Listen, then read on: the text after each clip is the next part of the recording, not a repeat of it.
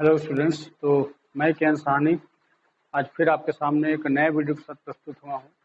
दोस्तों आज हम लोग फिर से मैथमेटिक्स में आगे बढ़ने जा रहे हैं और मैथ में दोस्तों आज हम लोग पढ़ने वाले हैं मैट्रिक्स की कुछ स्पेशल प्रॉपर्टीज है, आज उसको देखेंगे। ठीक है, तो उस स्पेशल प्रॉपर्टीज में जो बातें हम पढ़ने वाले हैं दोस्तों, सबसे पहले तो हम लोग एक थ्योरम जानेंगे जो कि बड़ा ही महत्वपूर्ण, बड़ा इम्पोर्टेंट थ्योरम है दोस्तों। इसमें है क्या, if A is a square matrix of order N, order N कहो या एन बाई एन बोलो, ऑर्डर एन, देन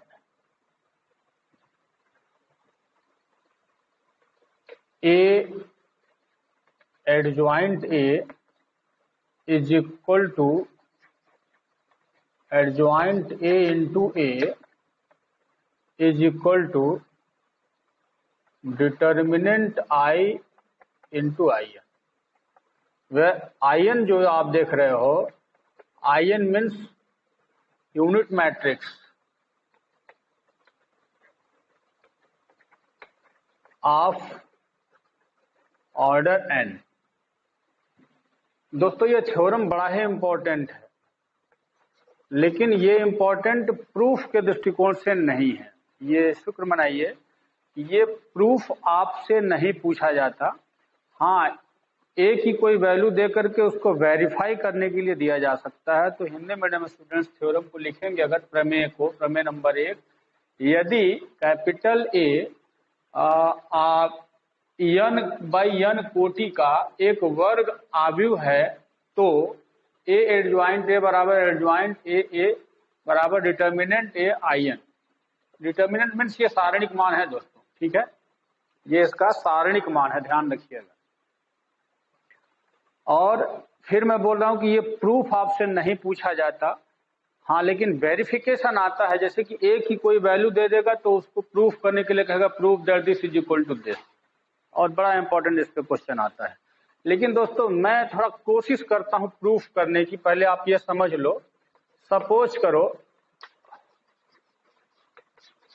बस मैं हिंट दे रहा हूं दोस्तों, थोड़ा टिपिकल प्रूफ है, केवल हिंट लेना है आपको और बहुत डिटेल में नहीं बताऊंगा क्योंकि टिपिकल प्रूफ है इसका। मैं फिर बता, ये आपके एग्जाम में पूछा नहीं जाता। Let us consider A is equal to, चलो मान लो A I J N cross N का एक वर्ग आव्यूह हो गया। ठीक है, तो आप जानते हो कि A is equal to A I J N cross N है, तो आप अगर एडजॉइंट ए निकालते हो तो आपको पता है कि एडजॉइंट ए का मतलब क्या होता है। एडजॉइंट ए मीन्स यहाँ पे लिखते हो A11, A12, A13 up to A1n, ऐसे ही AN1 अप टू यहाँ पे ANN, यही होता है ना, n बाई n आता है ना। और इसका डैश यानी ट्रांसपोज निकालते हो, तो इसी ट्रांसपोज मैट्रिक्स को हम एडजॉइंट बोलते हैं। और इसका अगर एडजॉइंट आप निकालोगे तो ये दोस्तों क्या हो जाता है पता है, AJI हो जाएगा। ये भी n क्रॉस n आएगा लेकिन AJI हो जाएगा। तो ये एडजॉइंट ए है। तो अगर ए की वैल्यू इतनी है और एडजॉइंट ए की वैल्यू इतनी आती है तो कभी भी आप ए में एडजॉइंट ए का मल्टीप्लाई अगर करोगे तो ए का मतलब हो जाएगा दोस्तों A I J N cross N, into adjoint A में आपको मैंने बता दिया A J I N cross N. और दोस्तों कभी भी इन दोनों का जब मल्टीप्लाई करोगे ना, एक बड़ा मजेदार रिजल्ट आता है। और यहीं पे आपको मैं बताऊंगा कि इस सेक्शन को आप याद रखेंगे, बहुत फायदे में आप रहोगे कि ए एडजॉइंट ए की जब भी वैल्यू आप निकालोगे दोस्तों तो एक विकर्ण आव्यूह आपको प्राप्त होता है। यानी इन दोनों का कभी भी आप मल्टीप्लाई करोगे तो ये डिटर्मिनेंट ए 0 0 0 0 ऐसे चला जाएगा, फिर यहाँ 0 डिटर्मिनेंट ए 0 0 0 ऐसे मिलेगा, फिर यहाँ 0 0 डिटर्मिनेंट ए 0 0 0 ऐसे मिलेगा। और ऐसे ही दोस्तों ये n ऑर्डर का ये मिल जाता है, ये 0 0 0 0 0। अब ये जो ऑर्डर कॉर्नर में मिलेगा फिर से यहाँ डिटर्मिनेंट मिल जाता है। और आपको पता है कि मैंने बता चुका हूं कि ये एक विकर्ण आव्यूह है। विकर्ण आव्यूह मीन्स कि डायगोनल मैट्रिक्स है ये। In a diagonal matrix it is a square matrix and having only the leading diagonal same value, other elements are zero, then that is called diagonal matrix. And the value of this diagonal matrix, इस विकर्ण आव्यूह का जो मान प्राप्त होता है, जरा ध्यान से देखो। मैंने आपको एक बात बताई थी कि किसी भी, ये वर्ग आव्यूह है, इस समय ये इसका डायगोनल मैट्रिक्स है, ये विकर्ण आव्यूह है, ठीक है ना। और विकर्ण आव्यूह, इसमें आव्यूह है, ध्यान रखिएगा, सारणिक नहीं है, यह आव्यूह मान है, यानी मैट्रिक्स है ये। तो इसका आंसर प्राप्त करना है तो मैं एक काम करता हूं कि पहले तो मैं ये आपको बात बता दूं कि कभी भी किसी आव्यूह में उसके एडजॉइंट से गुणा करोगे, हमेशा आपको ये एक डायगोनल मैट्रिक्स मिलेगा। सब जीरो होगा, केवल इसके डायगोनल में डिटर्मिनेंट ये हो जाएगा। डिटर्मिनेंट में सारणिक वैल्यू हो जाएगी, ठीक है। और अब इसमें से डिटर्मिनेंट आप अगर कॉमन ले लो, क्योंकि सब अगर यहाँ जीरो, अच्छा सोचो जीरो है तो जीरो के पास डिटर्मिनेंट मान सकते हो, यहाँ भी सारणिक ए, यहाँ भी सब में सारणिक ए का गुणा हो सकता है, तो कॉमन भी बाहर निकल जाएगा। ये डिटर्मिनेंट बाहर जैसे निकलेगा तब आप जानते हो बाकी फिर यहाँ पे क्या बचेगा। अब यहाँ 1 0 0 0 1 0 ये सब फिर 0 0 1 ऐसे, यानी कि ये आपको इकाई अभी मिल जाएगा। यानी कि अब आंसर जो मिल जाएगा ये आई एन, क्योंकि ये n बाई n का ही मिलता है। समझ में आया ना। तो इसलिए मैंने कहा कि ए एडजॉइंट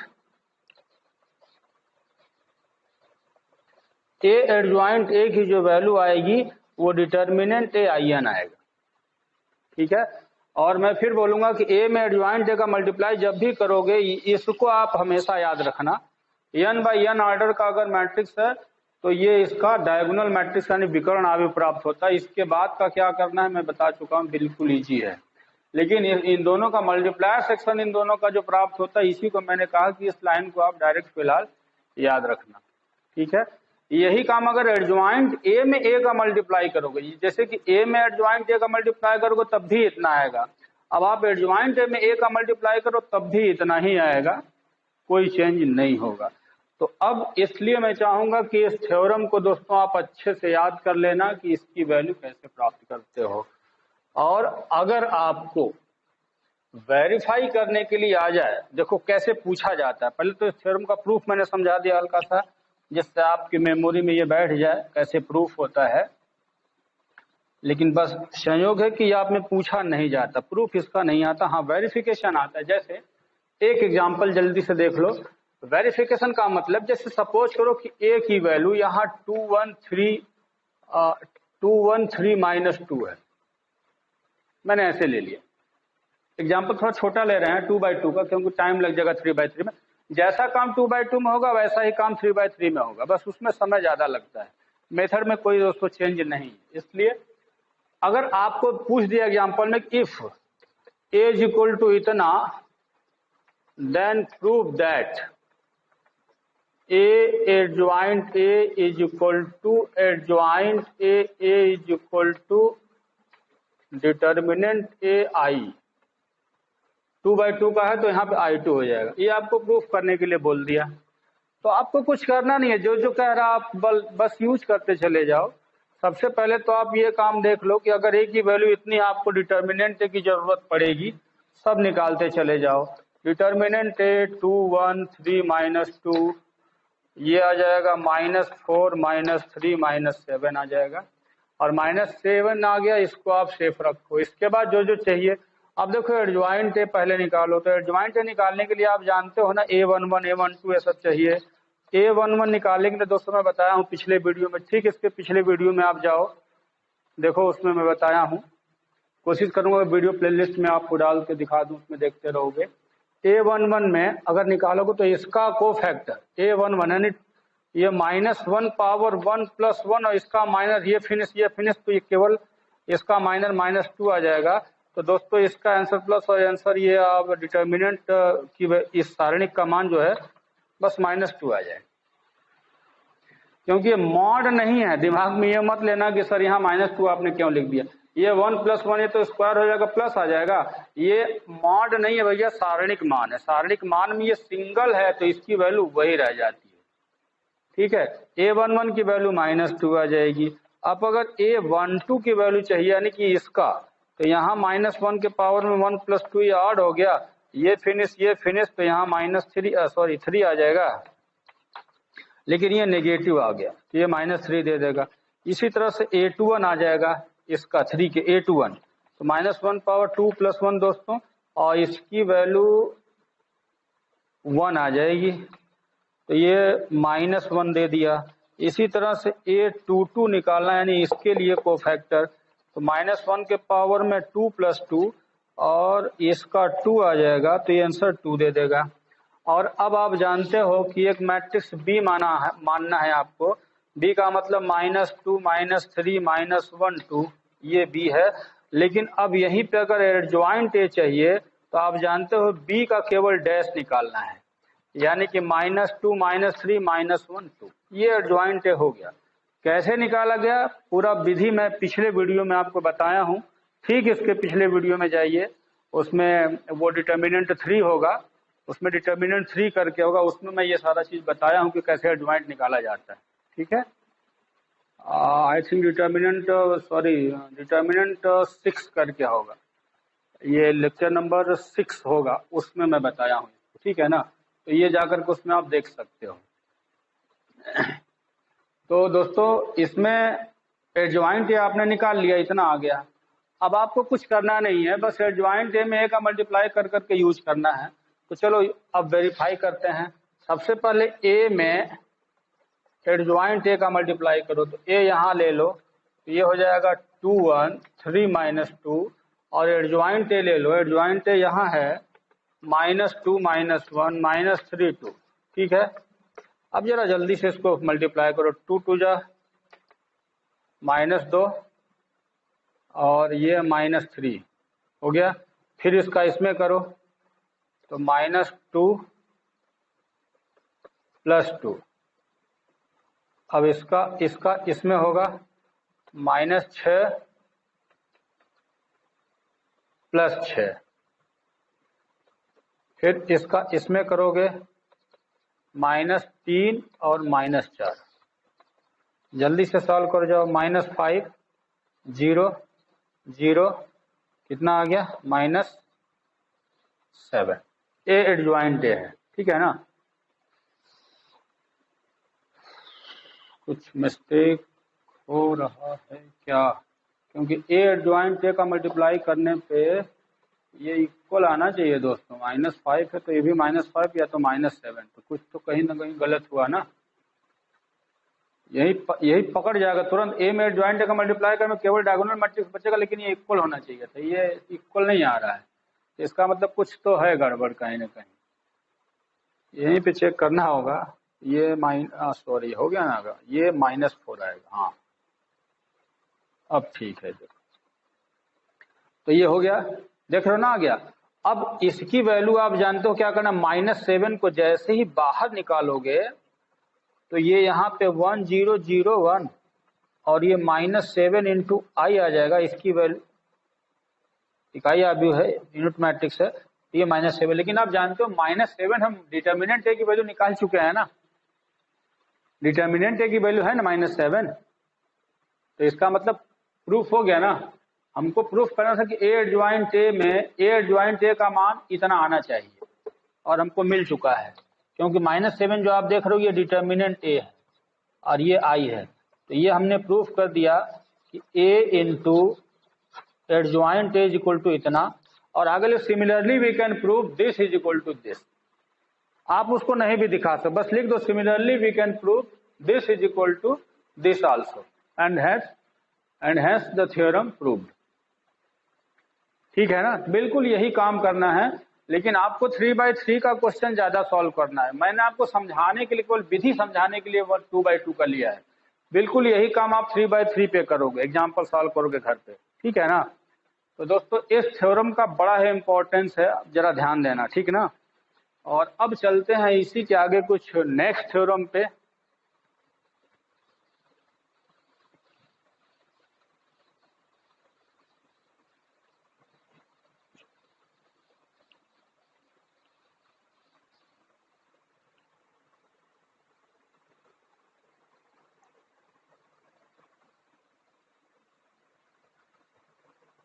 चलिए दोस्तों थ्योरम 2 में आ जाइए। थ्योरम 2 में कह रहा है कि if A and B are two square matrix of same order, then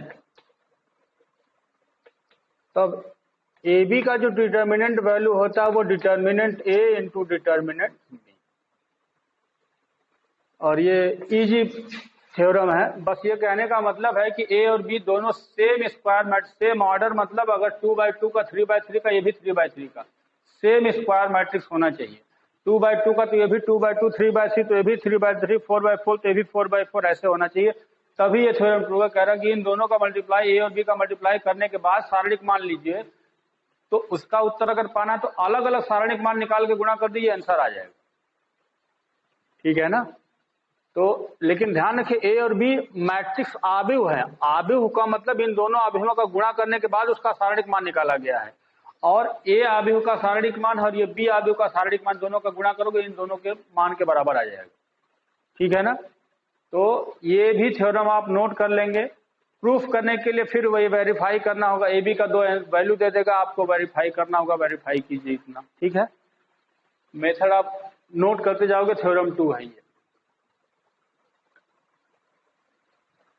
चलो इसी तरह से अब दोस्तों आप इसके पहले वीडियोज में आप देखे हो मैट्रिक्स के एडज्वाइंट के बारे में। ठीक है ना। कुछ थ्योरम एडज्वाइंट पर है, जरा ध्यान से देखोगे।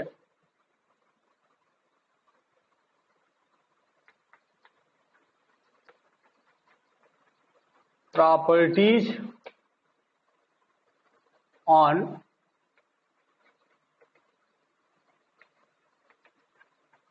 Adjoint of a matrix. Hindi medium student लिखेंगे कि सहखंडज आव्यूह के प्रगुण, सहखंडज आव्यूह के प्रगुण। ठीक है, properties on adjoint of matrix. इसमें कुछ बहुत अच्छी अच्छी प्रॉपर्टीज है दोस्तों। अभी जो बताएंगे कुछ हम कम से कम 10-12 प्रॉपर्टीज लिखेंगे बोर्ड पे। बड़ा ही इंपॉर्टेंट प्रॉपर्टी सारे मैंने कलेक्ट किए हुए हैं आपके लिए, और आप इसको एक जगह नोट करके रख लेना, क्योंकि इसका इन सब का प्रॉपर्टी का प्रूफ तो नहीं पूछा जाता, लेकिन जो पूछा जाता है एक तो मैं बता चुका हूं, इसके पहले भी मैं बताऊंगा, लेकिन ध्यान रखिएगा इसका वेरिफिकेशन आता है वो बड़ा इंपॉर्टेंट है। और 1 मार्क्स का क्वेश्चन निश्चित है। आज जो इसमें पढ़ने वाले हैं, कम से कम बोर्ड एग्जाम में 1 या 2 मार्क्स का सिंगल क्वेश्चन जरूर पूछा जाता है। फिक्स एकदम लिख लेना इसके, इन प्रॉपर्टीज के। इसलिए पहले प्रॉपर्टीज को मैं नोट कर रहा हूं। देखो इन सारे प्रॉपर्टीज को, ये सब मैं कलेक्ट किया हूं एक जगह। तो इसमें कंडीशन लिखना है सबसे पहले, if A and B are 2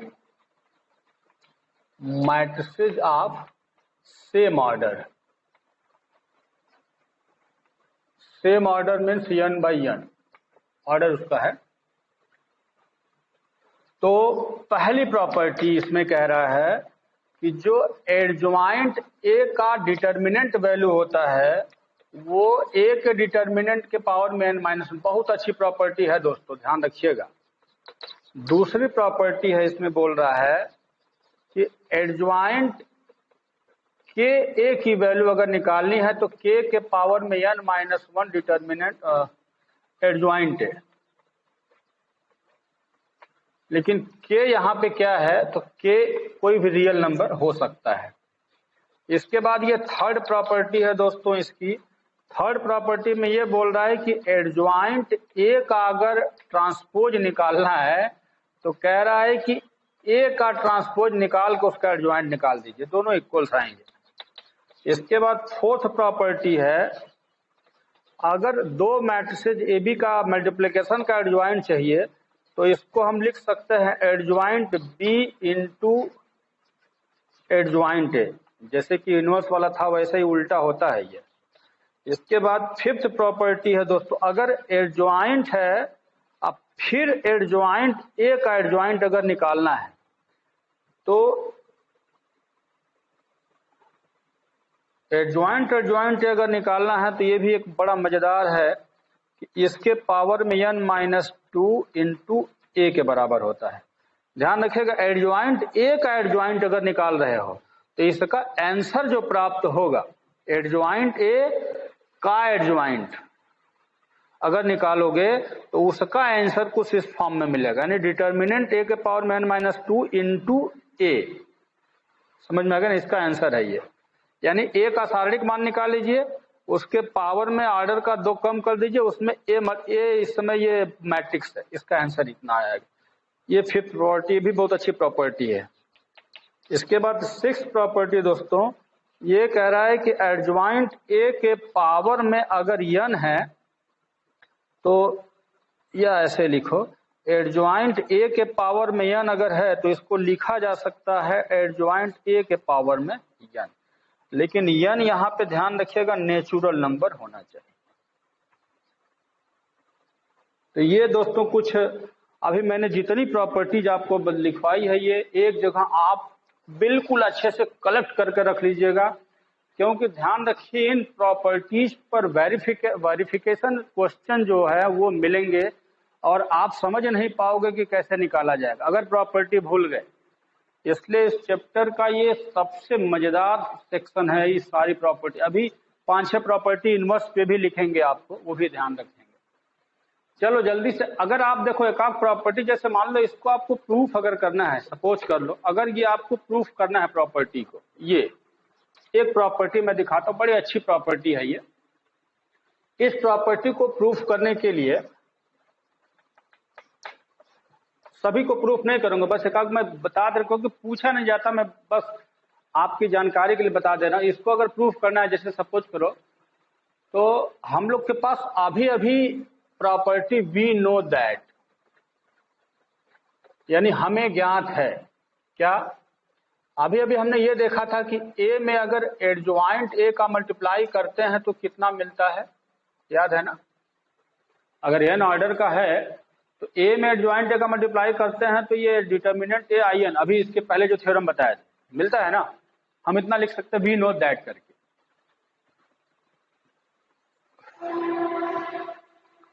अब एक काम करते हैं कि अगर हम दोनों साइड का डिटर्मिनेंट वैल्यू निकाल लें, जरा ध्यान दीजिएगा यहां पे कि अगर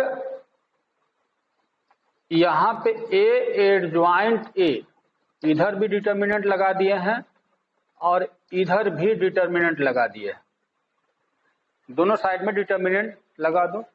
लेकिन अभी इसके पहले थ्योरम 2 में हमने आपको बताया था, आपको याद होगा कि जब ए और बी दो मैट्रिक्स है तो उनका जब डिटर्मिनेंट वैल्यू निकालोगे तो अलग अलग डिटर्मिनेंट वैल्यू के मल्टीप्लिकेशन के इक्वल होता है ना। तो इस थ्योरम के हिसाब से भाई ए अलग मैट्रिक्स है, ये अलग मैट्रिक्स है, तो हम इसको चाहे तो लिख सकते हैं डिटर्मिनेंट ए और इसको एडजॉइंट ए लिख सकते हैं। मतलब ये डिटर्मिनेंट अलग कर दो, ये डिटर्मिनेंट अलग कर दो। लेकिन आप जानते हो कि ये समय डिटर्मिनेंट ए आई एन है, तो डिटर्मिनेंट ए आई एन को हम केवल डिटर्मिनेंट ए लिख सकते हैं क्या, क्यों, क्योंकि ए आई बराबर ए होता है, याद करो ए आई बराबर ए होता है। सॉरी आई एन ऑर्डर है ना।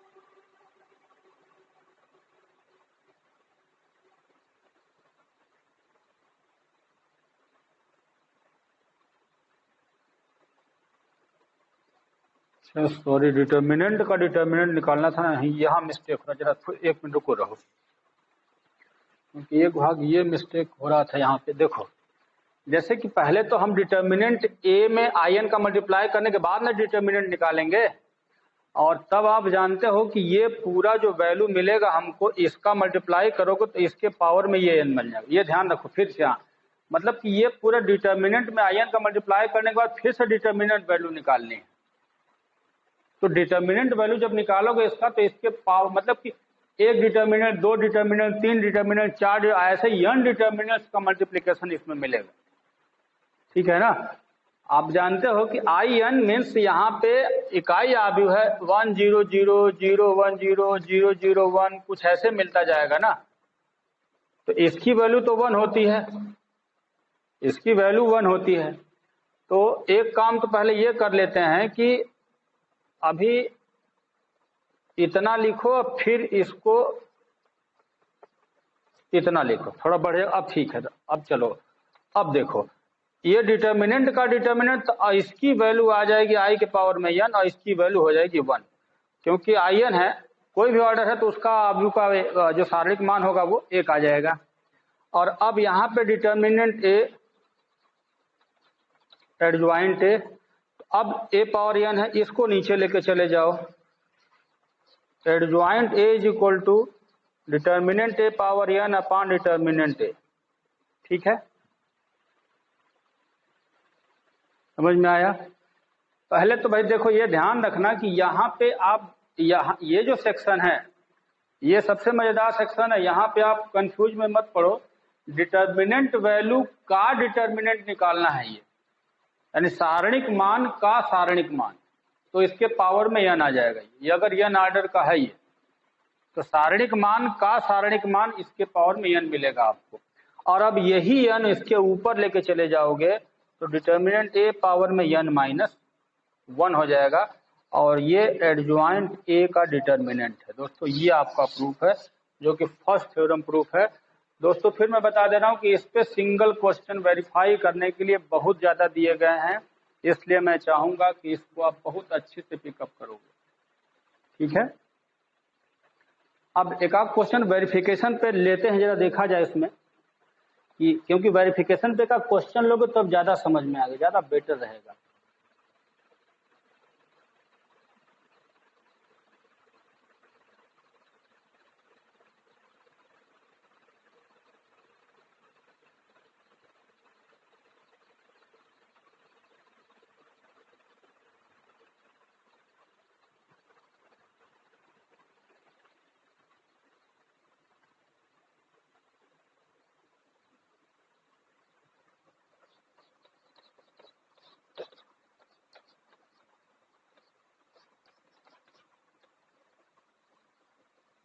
ये भी बहुत अच्छा थ्योरम है, ध्यान रखिएगा कि यहाँ पे अगर इसी का मतलब यूज किया गया, जैसे यहाँ पे ये जो लिखा गया है, ठीक है ना, कि अगर मान लो कोई के यहाँ पे कोई अचर राशि है, ठीक है, कोई भी अगर कांस्टेंट वैल्यू है, ये यूनिट मैट्रिक्स में मल्टीप्लायर है, तो के को बाहर निकालोगे तो इसके पावर में n निकल के बाहर निकल, क्योंकि देखो एक्चुअल में आप जानते हो n बाई n का अगर होता है तो के को एक लाइन से बाहर निकालोगे तो एक बार के निकलेगा, दूसरे लाइन से बाहर निकालोगे 2 के निकलेगा, तीसरे लाइन से बाहर निकालोगे 3 के निकलेगा। ऐसे n लाइनें हैं तो n लाइन से बाहर निकालोगे तो के पावर n निकल जाएगा।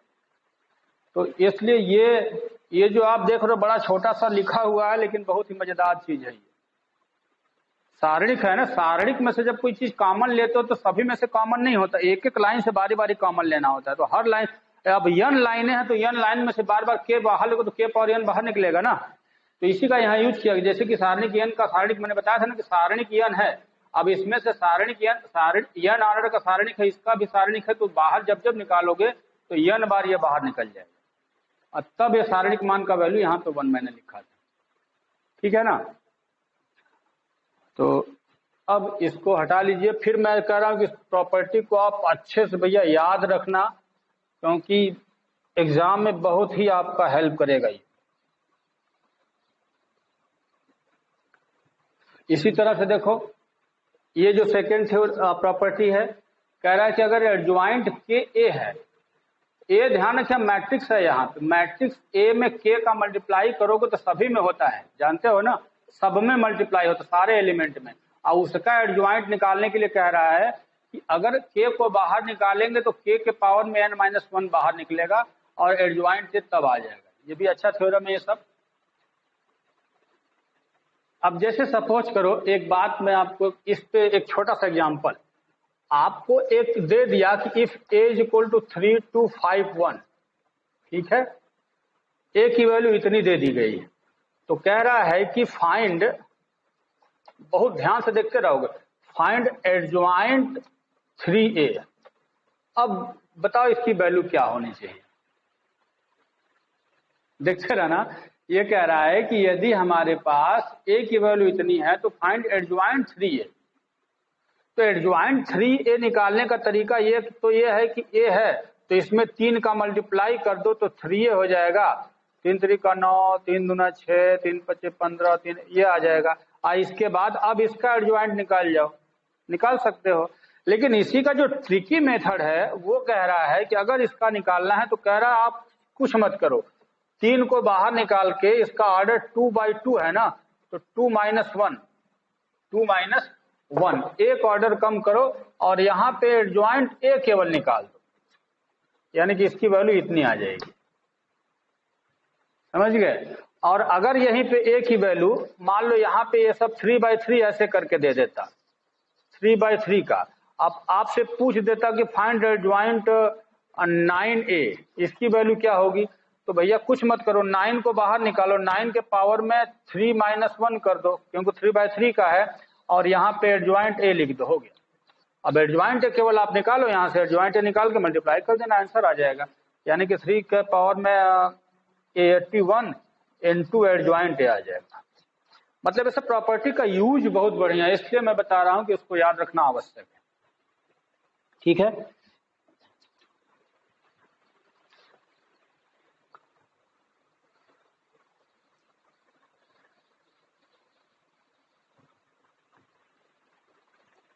चलो, इसी तरह से ये प्रॉपर्टी थर्ड है, करा कि एडजॉइंट ए का डैश यानी ट्रांसपोज अगर निकालोगे तो एडजॉइंट ए के ट्रांसपोज का एडजॉइंट निकाल लो। प्रॉपर्टी पर देखो कि एडजॉइंट ए का जो ट्रांसपोज है मतलब परिवर्त आव्यूह, एडजॉइंट ए का परिवर्त आव्यूह ए के परिवर्त आव्यूह का एडजॉइंट होता है।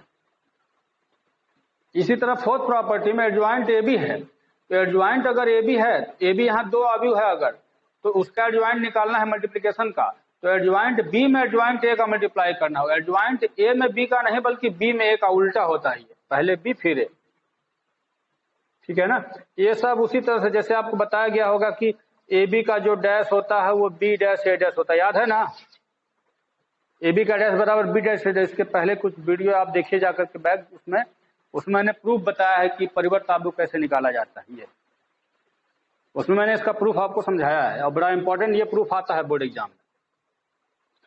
और इसी तरह से देखो ये फिफ्थ प्रॉपर्टी है, एडजॉइंट का एडजॉइंट अगर 2 बार एडजॉइंट है तो कह रहा है कि डिटर्मिनेंट ए के पावर n-1 इंटू ए निकल जाएगा। ये एडजॉइंट ए का एडजॉइंट, कोई भी एग्जांपल लेके वेरिफिकेशन आप कर सकते हो। एक आप ले लो, ए की वैल्यू 3/3 का ऐसे ले लेना, और लेने के बाद जैसे जैसे करा निकालते चले, क्या करना, जैसे देखो एडजॉइंट ए निकाल लेना, अब तो निकालना सीख ही चुको कैसे निकाला जाएगा। एडजॉइंट ए निकाल लो, मान लो फिर ऐसा कुछ आएगा, ऐसे ही कुछ आएगा, बस वैल्यू चेंज यही ना। अब फिर इसका एडजॉइंट निकालो, एडजॉइंट का फिर एडजॉइंट निकालोगे तो फिर कुछ आंसर आएगा, ऐसे ही आने दो, जो आंसर आएगा छोड़ देना। लेकिन अगर इसको वेरीफाई करना है तो देख लेना इसका आंसर क्या मिलेगा। आंसर जो मिलना चाहिए, ये कह रहा है कि इसके सारणिक मान यानी डिटर्मिनेंट ए निकालना है और इसके पावर में n-2 हो जाएगा। अगर ये 3/3 का है तो इसका आंसर ए के सारणिक मान के पावर में 2 इंटू ए आ जाएगा। ए का मतलब वही आव्यूह मैट्रिक्स ये वाला आ जाएगा, सॉरी ये वाला, ये दिया गया है, ठीक है ना। तो जितने भी थ्योरम लिखे गए ए का मान कोई भी लेकर के अपने से चाहो तो सब वेरीफाई कर सकते हो। बस ये है कि डायरेक्ट इसका आंसर निकालना है तो याद रहना चाहिए, तो ज्यादा सफल रहोगे इसमें। और ये भी छठी प्रॉपर्टी इसी तरह से पावर n में, जैसे ट्रांसपोज था वैसे ही पावर n के लिए भी ये वैलिड है। ठीक है दोस्तों, तो ये इतनी प्रॉपर्टी अभी जो मैंने बताया, ये प्रॉपर्टी जान एडजॉइंट ऑफ मैट्रिक्स पे था, यानी कि एडजॉइंट की पूरी प्रॉपर्टी थी जिस पे आपने अभी देखा। ठीक है, और अब अगर देखना चाहोगे इसमें, ये सारी प्रॉपर्टी नोट करके रख लेना अच्छे से। और अब मैं जल्दी से कुछ प्रॉपर्टी इनवर्स पे आपको बता देता हूं, इनवर्स की भी प्रॉपर्टी।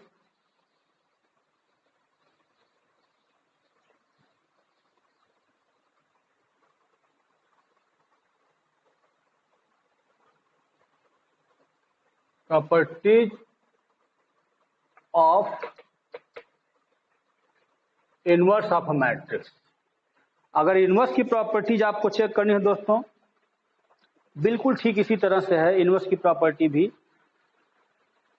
तो इनवर्स प्रॉपर्टी में भी आओ देख लेते हैं कुछ हम लोग। सबसे पहले तो इसमें ये स्टेटमेंट ऐसे ही है। तो पहले प्रॉपर्टी तो फार्मूला आप ऑलरेडी जानते हो कि ए इनवर्स को हम लोग कैसे निकालते हैं। जबकि determinant A not is equal to 0 होना, ये आपको पहले बताया जा चुका, फार्मूला है ये इनवर्स निकालने का। लेकिन बाकी जो दूसरी प्रॉपर्टी ये कह रहा है कि ए इनवर्स का अगर दोबारा इनवर्स निकालोगे तो फिर ए के इक्वल आ जाता है। ये थर्ड प्रॉपर्टी ये आपको प्रूफ कराई जा चुकी है। ए बी का जो इनवर्स होता है बी इनवर्स ए इनवर्स होता है। इसके पहले दोस्तों वीडियो में जाओ, इसको मैं प्रूफ किया हूं।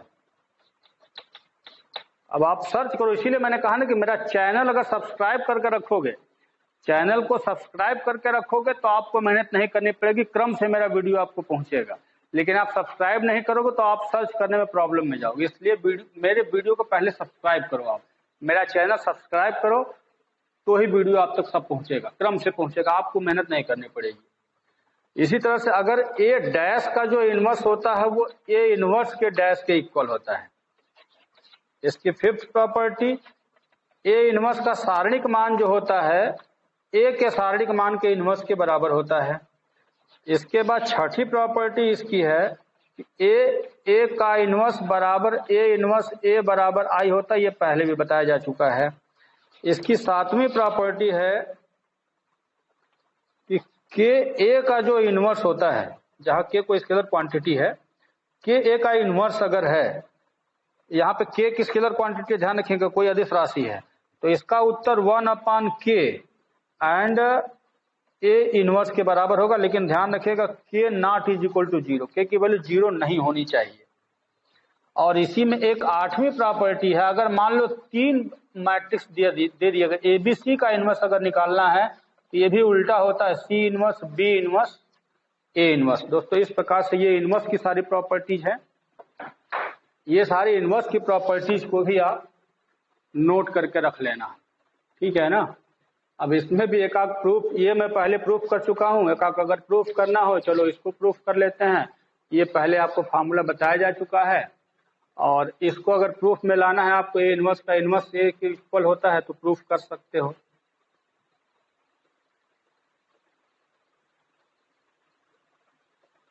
उसी तरह ए डैश का इनवर्स, इसको भी प्रूफ कर सकते हो। इजी सब प्रूफ है, वेरीफाई बस करना है आपको।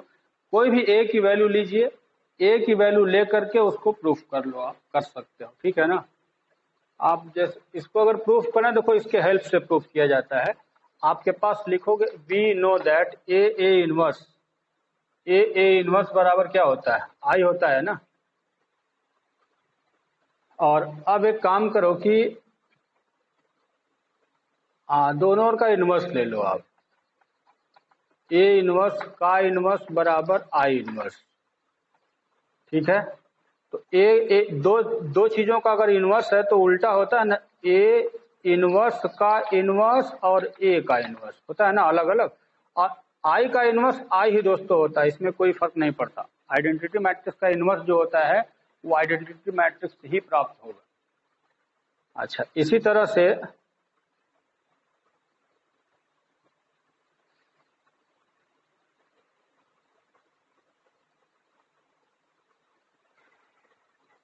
अब दोनों पक्षों में ए का मल्टीप्लाई कर लो, ए इनवर्स का inverse A inverse into A, और यहाँ भी ए का multiply, multiplying both side by A. लेकिन यहाँ पे ए इनवर्स इनवर्स छोड़ दो, ए इनवर्स ए को आप फिर से आई लिख सकते हो और यहाँ पे आई ए लिख सकते हो। लेकिन किसी में भी आई का मल्टीप्लाई हो तो उसका फर्क नहीं पड़ता, ए इनवर्स का इनवर्स लिख सकते हो, यहाँ आई ए बराबर ए लिख सकते हो गया प्रूफ। अब कहोगे सर खाली इधर उधर किए हैं, हाँ इधर उधर किए हैं लेकिन सब रूल से हुआ है। देखो भाई दोनों साइड का मैंने इनवर्स ले लिया, आई का इनवर्स आई होता है, इसमें कोई फर्क नहीं पड़ता। और उसके बाद मैंने बाय रूल यहाँ पे अपनाया है, आप जानते हो कि ए बी का जो इनवर्स होता है वो बी इनवर्स ए इनवर्स होता है, उल्टा होता है ना। तो हमने ए इनवर्स का इनवर्स पहले लिखा, ए का इनवर्स बाद में लिखा हुआ है, बाय रूल फॉलो कर लिया। इसके बाद दोनों पक्षों में ए का मल्टीप्लाई मैंने अपने से किया हुआ है। ऐसा करने से फायदा ये होगा कि ए इनवर्स ए की वैल्यू फिर आई लिख सकते हो और आई ए को फिर ए लिख सकते हो। आई ए को यहाँ ए कर लो, ठीक है। इसको भी, इसको आई लिखा जा सकता है, इसको ए लिखा जा सकता है, ठीक है। लेकिन किसी में भी आई का मल्टीप्लाई हो फिर वही रह जाता है, तो इसका प्रूफ हो गया आपके पास। तो कुछ इसी तरह से प्रूफ है, लेकिन ये सारे प्रूफ आपसे पूछे नहीं जाते। फिर मैं हाँ जो पूछे जाते हैं वो मैं पहले बता चुका हूं, जैसे कि ये पूछी जाती है प्रॉपर्टी। इसी तरह से आपको A B dash is equal to B dash A dash ये पूछी जाती है प्रॉपर्टी, इनको मैं पहले बता चुका हूं ऑलरेडी। तो ये सारे प्रूफ का वेरिफिकेशन कर लेना दोस्तों, ये सारे क्वेश्चन इंपॉर्टेंट होंगे। इसलिए अब इस पूरे प्रूफ को आप यहां से थ्योरम को हटा लीजिए। थ्योरम के वेरीफाई के लिए कोई भी क्वेश्चन आपसे किया जा सकता है, नोट करके बस स्टोर कर लीजिएगा आपने यहाँ और उसको लिख लिख करके अच्छे से याद कर लोगे, ठीक ना। तो ये सारी प्रॉपर्टीज थी। अब नेक्स्ट वीडियो में दोस्तों जब हम आपसे मिलेंगे तो उस वीडियो में आपके लिए कुछ क्वेश्चन, कुछ प्रॉब्लम सॉल्यूशन लेकर के आएंगे, जिससे कुछ और क्वेश्चन को आप सॉल्व कर पाओगे दोस्तों, ठीक है। तब तक के लिए फिर मिलेंगे हम लोग नेक्स्ट वीडियो में। नमस्कार।